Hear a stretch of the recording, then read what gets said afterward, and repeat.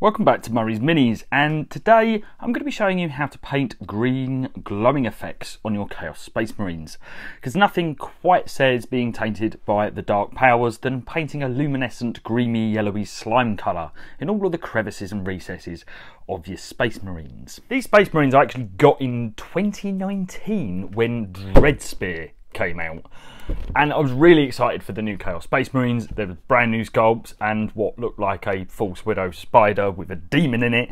What's not to get pumped about? To say that I was on the fanboy hype train would be a little bit of an understatement, and I hatched this really ridiculous colour scheme plan of glowing green armour on gold. It was terrible, it was a horrible idea, and I totally messed it up using white acrylic ink. So the chaos side of this box kind of just got thrown in my shed of shame for 2 years. Shame shed. Jesus, it's bad in here. This was as far as I'd got with a lot of them after repainting over that hideous gold, and I left that paint on, so I had to do a lot of paint stripping in order to get these into any shape to get them repainted, because there was a lot of clogged, awful ink and terrible paint. With these I did a light dusting of a neutral grey just to give it a little bit of definition so it's not all flat. And I used gunmetal for all of the metallics because I wanted there to be some nice rusty textures on there. I used these contrast colours just to add some very muted colour to the colour scheme, because I didn't want it to be OTT, I still wanted it to be dark and quite menacing looking, because the primary effect is the glowing. That's what I want to concentrate on, but I didn't want the whole model to be just black, because I felt like that would be kind of cheating and it just wouldn't look that good. So we've got Light Rust by Abtalung 205. This is for all of the metallics, and I love using oil paints so much. They're just a dream, and these oil paints are absolutely fantastic. Just slap some White Spirit in there and create yourself some really lovely washes, and you get some lovely, simple, quick and easy rust effects. It's really simple to do. White Spirit isn't all that bad, you just have to be careful with it. If you've got the smelly stuff, you know when you're inhaling too much, just be careful with it and only use small amounts. This time I hatched a bit of a different plan. When you think of panel lining, you think of black, because that's what panel lining is traditionally used for. It's used to get those deep definition back into your models, but I thought, why not use it with white to create glowing effects? And it's so easy, so brilliantly simple. The first time I tried this, I tried it with acrylic ink, and it took me 3 hours to do one model. This is so simple, so easy. If you dilute your paint right, it just sucks into the crevices because of the low surface tension, and you can do it over and over again, building up the layers and the effect. It's such a simple way of doing it and so easy. It just was an absolute revelation to me. And you can do cleaning up and tidying up with it. With the acrylic ink, it was a nightmare, because once you've stained it, you're kind of stuck. You just get some White Spirit on your brush, clean it off, and then just neaten it up a little bit. Or if you want to create those more sort of glowing effects bleeding out through it, you can leave it there. It's not a problem. So I used a couple of different fluorescent colours. All of them were Vallejo. I've had these for ages. I've used them for Necrons and all manner of stuff.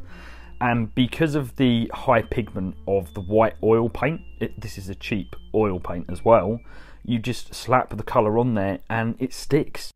This is the first pass, and the green is absolutely luminous. It's really bright and a powerful effect. And all you're doing is just slapping the colour into the recesses. You're not using your brain that much to get this effect. It's really simple, really quite rewarding, because you're letting the oil paint do all of the hard work for you. That's getting itself into all of the recesses, into all of the cracks and crevices, and then you just slap the paint on there. And this is the beauty of it here, is because the oil pigments are so well diluted and so thin, you can do this technique over and over and over again and build up that luminosity and those bright colours that are piercing and really striking.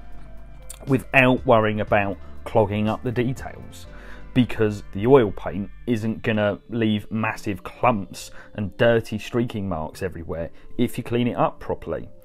And with this, I used green as the base layer. I also used yellows and oranges, but then I used yellow on top of it to create that multifaceted, that bright piercing colour bleeding all the way through and up. And it looks really good, and it's really quick and easy. I really wish I would have done this 2 years ago when I first got these models, because I probably would have had a whole painted Chaos army by now if I would have thought about doing this with oils rather than acrylic inks, or doing it with normal acrylic paints, because I know Go Games Workshop have a few videos where they're, you know, doing these sort of effects with just normal white paint watered down, and to be honest, I couldn't think of anything worse. I'd probably tear my hair out if I was doing a whole army using that technique. I did some very basic dark grey bases because I didn't want to do anything too flashy. I wanted the green effect to really be the primary focal point for these models. And you look at them and they're ridiculously garish, they're tacky, they look really stupid, but I love them for that. They're just absolutely ridiculous, but there's just something so crass and just ridiculous. They're absolutely ridiculous, but I can't help but be kind of entranced by them for that. This technique is something that you can use with all manner of different models and colours. You don't just have to go from like red to green. I've used this on power swords and it looks pretty good, and I really want to try this out with different deep reds as well. I'm hoping GW actually re-release Khorne Berserkers, because I would love to have black painted Khorne Berserkers with this glowing effect, but do with deep reds and oranges, because that would just look really, really cool, and I would be all over that. So let's hope they actually release a new kit soon. A massive thank you to Patrick Leland, who is our channel's first Patreon supporter. I'm still in shock that someone is actually paying me to paint and talk about miniature models. I'm aghast. But thank you so much, Patrick. It means so much. And if any of you want to support the channel, please like, comment and subscribe. Or if you feel that you want to support us a little bit more, because running the channel is getting a little bit expensive with all of the crazy ideas I'm trying to run with at the moment, there's always Patreon, and anyone who wants to support the channel, I'd be immensely grateful. Thank you very much for watching, guys, and we'll catch you on the next one.